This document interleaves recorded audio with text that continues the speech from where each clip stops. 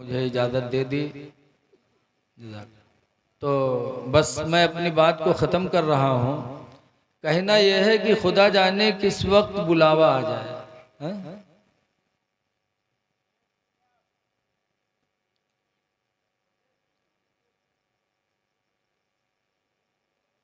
ये हिंदुस्तान पहले किसकी हुकूमत में था? अंग्रेजों की हुकूमत में था। बोलो। परसों इलाहाबाद गया तो गंगा नदी के ऊपर 2 मंजिला पुल लोहे का अंग्रेजों ने बनवाया था। इतने साल गुजर गए लेकिन अभी तक उस लोहे में मूर्छा नहीं लगा हुआ। बड़ा मजबूत पुल बनवाया था। अंग्रेजों की हुकूमत थी तो अंग्रेज यहाँ के हिंदू मुसलमान पर जुल्म ढाने लगे। तब कुछ मौलाना लोग उठे और उन लोगों ने कहा अंग्रेजों से जिहाद करके इनको हिंदुस्तान से भगाया जाए, ये हिंदू मुसलमान पर जुल्म ढा रहे हैं। तो सबसे पहले किसने फतवा दिया? खैराबाद, सीतापुर के रहने वाले खैराबाद के मौलाना फजले हक और मुरादाबाद के रहने वाले मौलाना किफायतुल्लाह, इन लोगों ने फतवा दिया कि अंग्रेजों से जिहाद करके इनको मुल्क हिंदुस्तान से भगाया जाए। तो अंग्रेज ने इन उलमा को क्या किया? तकरीबन 16,000 आलिमों को कत्ल किया था अंग्रेजों ने। कितने आलिम कत्ल हुए थे? 16,000 आलिमों को यहाँ की हुकूमत अंग्रेजों ने शहीद कर दिया था। अल्लाह, तब ये हिंदुस्तान आज़ाद हुआ है। आज मौलवी मौलाना से लोग नफरत करते हैं, ये बड़ी बेवफाई है। 16,000 मौलाना लोगों ने अपनी जान देकर हिंदुस्तान को अंग्रेजों से आज़ाद कराया। इसी में 2 मौलाना का नाम आ रहा है, मौलाना किफायतुल्लाह मुरादाबाद के। खैराबाद के रहने वाले मौलाना फजले हक को तो अंग्रेजों ने काला पानी भेज दिया सजा में, वही बेचारे ख़त्म हो गए। और मौलाना किफायतुल्लाह मुरादाबादी को अंग्रेज़ों ने फांसी दिया था। जब फांसी पे मौलाना किफायतुल्लाह मुरादाबादी को अंग्रेज़ों ने चढ़ गए, तब अंग्रेज़ों ने पूछा था किफायतुल्लाह मुरादाबादी, अब तुम्हारी आखिरी वक्त है, कोई ख्वाहिश हो, कोई तमन्ना हो तो बताओ। ये फांसी के कवायद में है, उसूल में है कि किसी को फांसी दी जाए तो आखिरी वक्त उससे उसकी मंशा पूछी जाए। तो अंग्रेजों ने भी पूछा, तो किफायतुल्लाह मुरादाबादी ने ये नहीं कहा था कि मेरी बीवी को बुला दो, मेरे बच्चों को बुला दो, हम कुछ बात कर लें, बल्कि किफायतुल्लाह मौलाना मुरादाबादी ने कहा था अंग्रेजों आखिरी वक्त मेरी एक तमन्ना है। कहा क्या? कहा मैं कुछ शेर कहना चाहता हूँ। कहा कहो। तब मौलाना ने कहा था कि कोई गुल बाकी रहेगा ना चमन रह जाएगा। माशाअल्लाह। ऐ अंग्रेजों, ये समझ रहे हो कि तुम हमको फांसी दे दोगे तो तुम हमेशा रहोगे, ये हिंदुस्तान चमन हमेशा रहेगा। तुम भी नहीं रहोगे, ये चमन भी चला जाएगा। कोई गुल बाकी रहेगा ना चमन रह जाएगा, और एक रसूलुल्लाह का दीने हसन रह जाएगा। नारे तकबीर, नारे रिसालत। मेरे पैगंबर, मेरे नबी मजहब इस्लाम लेके आए, यही मजहब रह जाएगा, बाकी नए चमन रह जाएगा। नए चमन में जो फूल है ये फूल नहीं रह जाएगा। बेशक हम सफीरो बाग में हैं, कोई दम के चहचहे। हम सफीरो बाग में हैं, कोई दम के चहचहे। और बुलबुलें उड़ जाएगी, सुना चमन रह जाएगा। बुलबुलें उड़ जाएगी, सोना चमन रह जाएगा। इसलिए लोगों न हम रहेंगे न चमन रहेगा। मौत बरहक है सबको आनी है, तो इसलिए मरने से पहले मौत की तैयारी कर लो। बेशक नमाज पढ़ लो, पाको साफ रहो, चेहरे पे दाढ़ी सजा लो, बुढ़ापे का इंतजार न करो। हदीस में लिखा है कि जिसके चेहरे पे दाढ़ी होगी उसकी कब्र में रोशनी होगी। बेशक दाढ़ी कब्र में रोशनी का सहारा है, और दाढ़ी बड़े मौके पर काम आ जाती है। अभी हमारे मौलाना अकबर मिसबाही साहब हैं, जा रहे थे नरसों भिनगा, पटपरगंज में उनकी मोटरसाइकिल से एक लड़की साइकिल से लड़ी और गिर गई। मौलाना साहब आगे गए तो लोगों ने रोका, तो कहा अब आपके चेहरे पे दाढ़ी है, हम लोग तो कुछ नहीं कह पाएंगे, लेकिन कम से कम लड़की को देख लो, चोट लगी हो तो इलाज करा दो। देखा तो चोट नहीं थी, तो लोगों ने कहा अब जाइए। अब दाढ़ी न हो तो पता नहीं क्या हो। अल्लाह सही हक सही। आदमी को इस पे रहम आ जाता है। हाँ। और जब दाढ़ी होती है तो आदमी गुनाह से भी बचता है। जिके चेहरे पे दाढ़ी हुई हो बम्बई जाई तो पीला हाउस टहरे न जाइयो, शर्माएगा भाई, इंडिया गेट नहीं जाएगा वो, वरना लोग थूकेंगे कि चेहरे पे दाढ़ी रखा है और इंडिया गेट और पीला हाउस टहलना है। तो दाढ़ी भी तुमको गुनाहों से बचाती है, दुनिया में बचाएगी और आखिरत में कब्र में रोशनी का सहारा होगा। बेशक सुभान। और दाढ़ी से बहुत फायदा है। एक दफा हम बम्बई से आई रहा है, जब बम्बई से ट्रेन चला था तो हिजड़ा ऊपर चढ़ा था, चढ़ा था कि नहीं चढ़ा था? सही तक जो दाढ़ी जो पैंट बूसट पहने रहा थे, दाढ़ी नहीं रखा थे, उनसे हिजड़वे खूब पैसा वसूला था, नहीं देते तो थपड़ियाई भी देते। और हम लोग बैठे रहे तो हम एक जगह से बैठे थे, हिजड़ा आवा सबसे मांगी, हमसे कुछ नहीं बोला। जब मांग के चला गया तो सब कहें यार मौलाना साहब आपसे नहीं मांगिस। हम कहा सबके काम अपने अपने स्टाफ में होत है, वो अपने स्टाफ से लेके चला गया और जो गैरे स्टाफ रहा उसका छोड़ दीस। तो दाढ़ी मुसलमान की निशानी।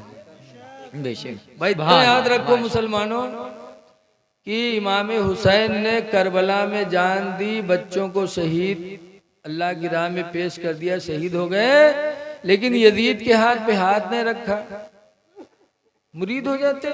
जैसे आजकल आप लोग मुरीद हो जाते हो, पीर आवत है गाँव में बाबा कौनो हाथे फाथ धई दियो और कहू आवत है झूठ न बोले, झूठ न बोल गए, नमाज न छोड़े, नमाज न छोड़ दो, चला जाता है झूठ चालू, नमाज छोड़ना चालू। यको मानो तो पीर के बताओ, अरे यार मैं गलत कह रहा हूँ। जब मुरीद होते हो तो पीर यही तो वादा कराते हैं कि झूठ नहीं बोलेंगे, नमाज नहीं छोड़ेंगे, और पीर साहब से अलग हुए कि फिर वही पुरानी रवैया चालू। तो इमाम हुसैन भी ऐसे कर लेते, यजीद के हाथ पे हाथ रख देते हो, जब अलग होती तो खत्म। लेकिन इमाम हुसैन ने यजीद के हाथ पे हाथ नहीं दिया, क्यों? नमाज नहीं पढ़ता था, चेहरे पे दाढ़ी नहीं थी, इमाम हुसैन ने उसके हाथ पे हाथ नहीं दिया, मदीना छोड़ दिया। जबकि मदीना वो मुकद्दस सरजमीन है कि हर नमाजी दुआ मांगता है, देख या इलाही वो दिखा दे, या इलाही वो मदीना कैसी बस्ती है जहां पर रात दिन मौला तेरी रहमत बरसती है। हुजूर मुफ्ती नानपारा अलैहिर्रहमा कहते थे कि मदीने के राही मदीना पहुंचकर मदीने से आने की कोशिश न करना। माशाअल्लाह सुभान अल्लाह। और इमाम हुसैन मदीने में है लेकिन मदीना छोड़ दिया, मक्का गए, मक्का भी छोड़ दिया, कूफा गए, जान दे दी, लेकिन यजीद के हाथ पे हाथ नहीं दिया। क्यों? पता चला कि इमाम हुसैन के नजदीक नमाज न पढ़ने वाला, दाढ़ी न रखाने वाला सबसे बड़ा मलून है, सबसे बड़ा वो गंदा शख्स है कि इमाम ने इसे के हाथ पे हाथ नहीं दिया, जान दे दिया लेकिन हाथ नहीं दिया। ऐ लोगो या हुसैन कहते हो, कल कयामत में हुसैन को क्या मुंह दिखाओगे? क्या हुसैन राजी होंगे हमसे तुमसे? खुदा की कसम कभी नहीं राजी होंगे। अगर नमाजें हमारी अदा ना हुई, हमने चेहरे पे दाढ़ी ना रखाया, तो इमाम हुसैन हमसे कभी खुश नहीं होंगे। दुनिया भी बर्बाद, आखिरत भी बर्बाद।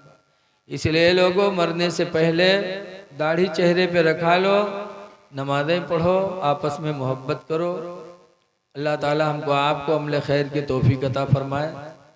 अब अगला प्रोग्राम आपके सामने हमारे नाजिम हजरत हाफिज़ कारी आलमगीर साहब पेश करेंगे, लेकिन एक ऐलान सुन लीजिए।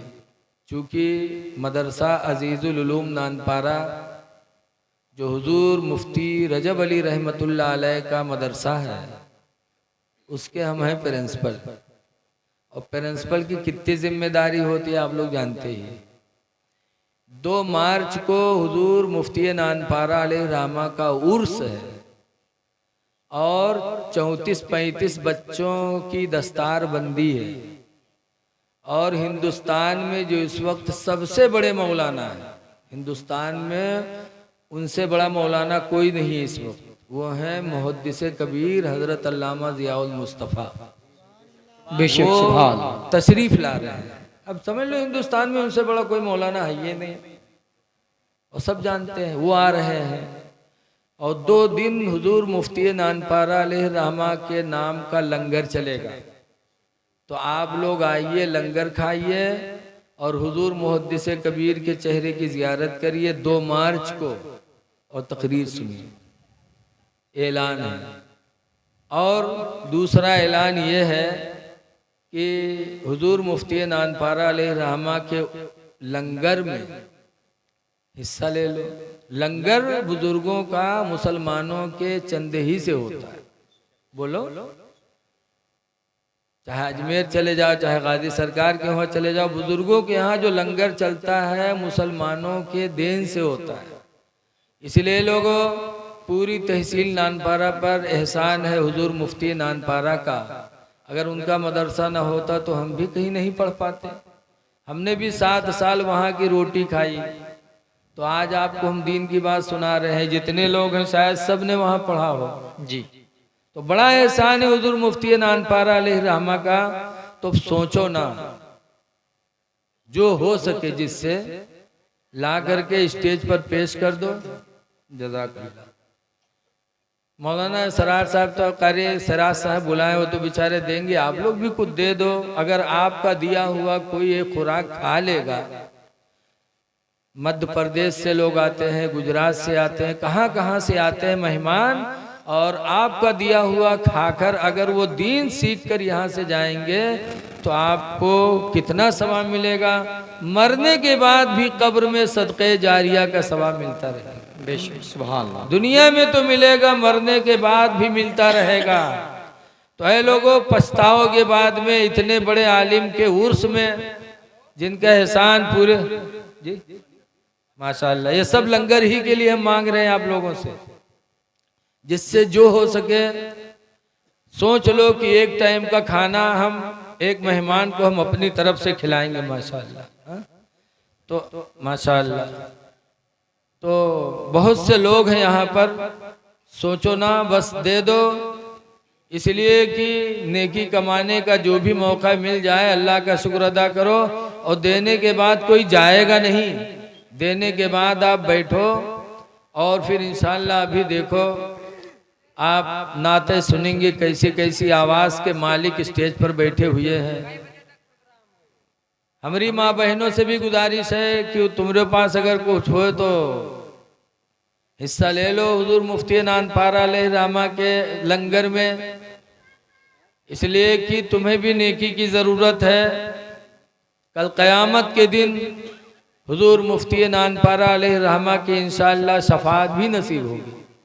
इसलिए कि सुभान अल्लाह लिखा है कि हाजी जन्नत में जाएगा और 400 लोगों की शफाअत करवा के जन्नत में लेके जाएगा एक हाजी। और जो आलिम दीन होगा, नेक आलिम, बामल आलिम, वो क़यामत के दिन इतने लोगों को अपने साथ जन्नत में लेके जाएगा जितने कि आसमान में सितारे जगमगा रहे हैं। तो इंशाअल्लाह हमारे इलाके तहसील नानपारा के सबसे बड़े आलिम और सबसे बुजुर्ग आलिम थे हुजूर मुफ्ती रजब अली रहमतुल्लाह अलैह, उनका उर्स हो रहा है। आप लोग आइएगा, लंगर खाइएगा और दीनी बातों को सुनिएगा। मेरी दिली दुआ है कि जिन लोगों ने जिस तरह से भी इसमें हिस्सा लिया है, अल्लाह ताला उनको दोनों जहान की खुशियाँ नसीब फरमाए।